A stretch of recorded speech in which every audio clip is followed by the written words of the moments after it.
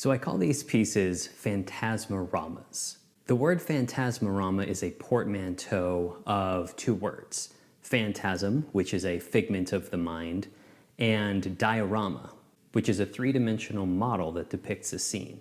So these phantasmoramas attempt to depict scenes from the mind. And more specifically, I think of them as metaphorical depictions of the mind as it searches for meaning. So this project includes a number of ideas and techniques that I've wanted to explore, including collages made from my drawings, dioramas in toy theaters, question-based work, and attempting to depict what goes on inside the mind. So creating this work has given me the opportunity to really explore the contents of my own mind. And my hope is that it encourages and invites viewers to explore their own minds, to see how they seek meaning, to see how they construct their beliefs. I'm very interested not in what people believe, but in how they come to believe it. And by investigating the contents of the mind, we have an opportunity to explore how we habitually think, what kinds of questions we habitually ask ourselves. And through this exploration, we have the opportunity to intervene and to alter the way we think and the way we use our minds. Our minds are constantly making pictures, we're constantly engaged in conversations with ourselves, and I wanted to do a body of work that dealt with that explored that attempted to depict the phenomenon of this constant mental production. So everything I do begins with drawing. Drawing is what I do, it's how I think. And as a draftsman, I now have thousands of drawings stored away here at my studio. These drawings are stored away in flat files, in stacks, in portfolios. They're all over the place. They're practice drawings, they're demonstration drawings. Some of them were done just for the love of getting to know an object through drawing. None of these drawings are ever going to be exhibited or sold, but it seemed a shame to just throw them out. So I wanted to give them new life in a new kind of work. So I began cutting these drawings out to see what I could make with them. So in cutting out a drawing, it becomes almost its own object. When you release it from the confines of the rest of the page, it becomes its own entity. It becomes a free-floating symbol. Now, what's interesting about a drawing of an object is that a drawing of, say, an apple doesn't maintain the function of the real thing. You can't eat a drawing of an apple, but it does maintain all of the symbolic and metaphorical power of the actual object.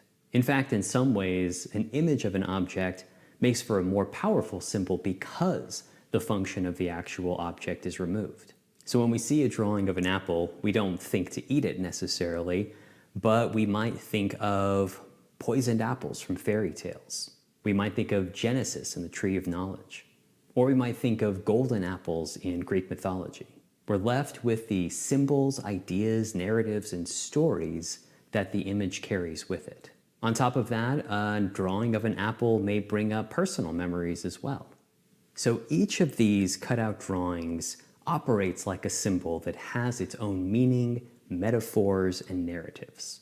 When we start to combine these drawings together, the meaning seems to compound. We get meanings that are more than the sum of their parts.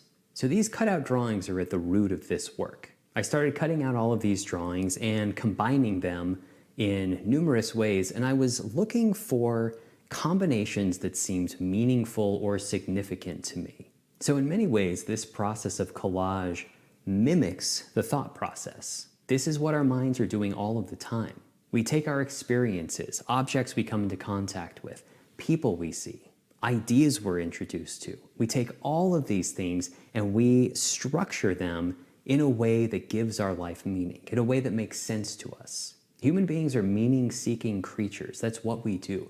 We attempt to structure the raw experiences of life into some cohesive idea or narrative in hopes that we find meaning in our lives. And I think collage is a very interesting metaphor through which to explore that phenomenon. So instead of simply placing these collages on a flat surface, I wanted to place them within a 3D environment.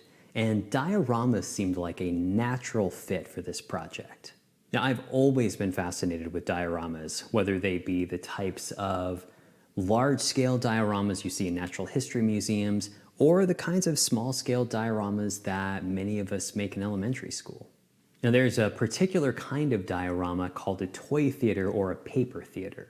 Now, paper theaters are literally theatrical sets made from paper in which you have paper cutouts of the characters that you can stage and play act scenes from your favorite stories. So in creating these pieces, I was very much thinking about them as mini toy theaters. But instead of depicting scenes from plays or stories, I was trying to depict metaphorical scenes from the mind as it searches for meaning.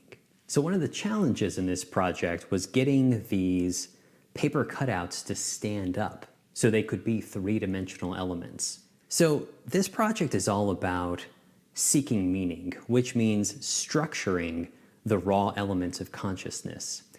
And I liked this idea of structure as a visual metaphor. So I started creating these wooden screens and scaffoldings on which I could affix these drawings. So these screens and scaffolds are used in this work literally to structure the individual elements and the individual drawings. These screens and scaffolds hold up the drawings and they hold them together, literally structuring these combinations. So instead of hiding them away, I wanted them to be apparent in the final work. I wanted the screens and scaffoldings to provide a visual sense of structure. So using the idea of dioramas in toy theaters meant that I also needed to have a ground plane and a background. And these two are made from drawings. Some of them are more abstract, some of them are more representational. But the effect that I wanted was that these were three-dimensional drawn environments. I wanted to give the feeling of a drawing that you could step into. Now, of course, thought just doesn't happen in images. We also think in language. And often as adults, we tend to think in language even more than we think in images. So during the creation of this work, I tried to investigate the contents of my own mind quite a bit. I wanted to get a sense of how I talk to myself, of the kinds of questions I was habitually asking myself. Now, I've wanted to use questions as a focal point of work for a very long time. And in fact, I've had a hobby for years of collecting questions. So I have a document on my computer that contains hundreds, if not thousands, of individual questions. These are questions that I find interesting, challenging, compelling, important. And for many years, I would often just select a question that struck me as notable or useful during a time of my life, and I would write in response to that. Some of these are questions that I've encountered out in the world. Others are questions that I've written myself because it seemed like they were questions that I needed to be asking myself. So I wanted to include these questions in the work. I didn't want the work just to be a passive depiction of what goes on in the mind.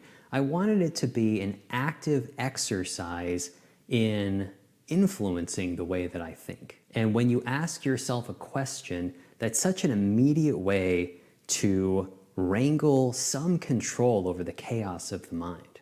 So often asking yourself the right questions is an incredible way to impact and influence your behaviors and your beliefs. So part of what I wanted to do with this work was have a way to display my collection of questions, to commemorate some of the more important or impactful questions that I've asked myself throughout the years. And my hope is that other people might find these questions useful as well. Now, not every piece has a question, but when thinking about depicting the mind, I knew I wanted text, I knew I wanted language, and questions seemed such a natural fit for this type of work. There's so much art out there that is prescriptive, that wants us to believe something in particular, that wants to influence our thought in a particular direction.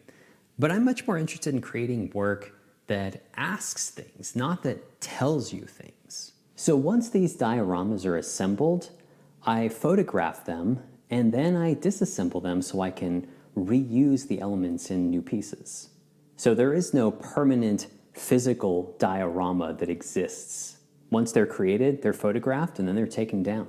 I thought this was an interesting way to work because the dioramas themselves are fleeting just as thoughts are fleeting.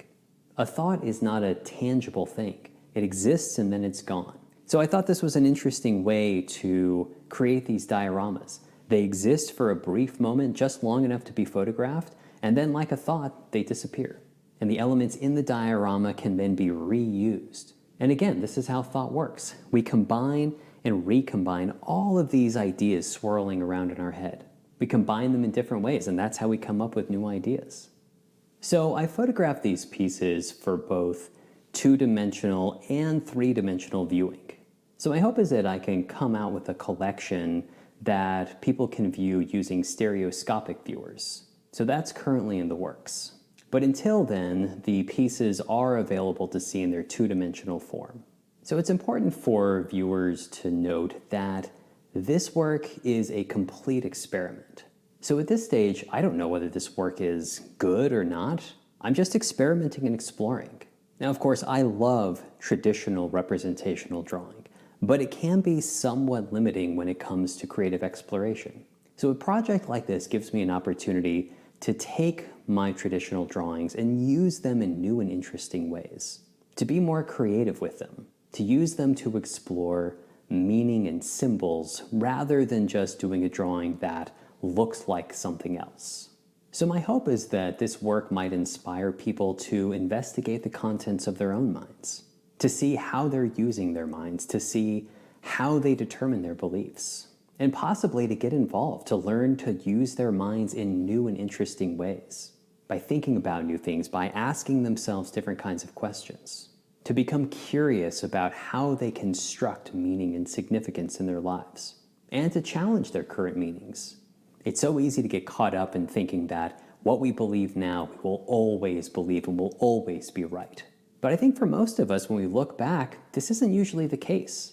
Most people don't believe now what they believed 5 or 10 years ago. Beliefs change, they grow. Through time and experience, we realize our errors. And I think to be too certain about our beliefs is ill-advised. I'm always looking for ways to challenge my beliefs, to grow, to change my way of thinking. And I wanted to create a body of work that celebrated that process.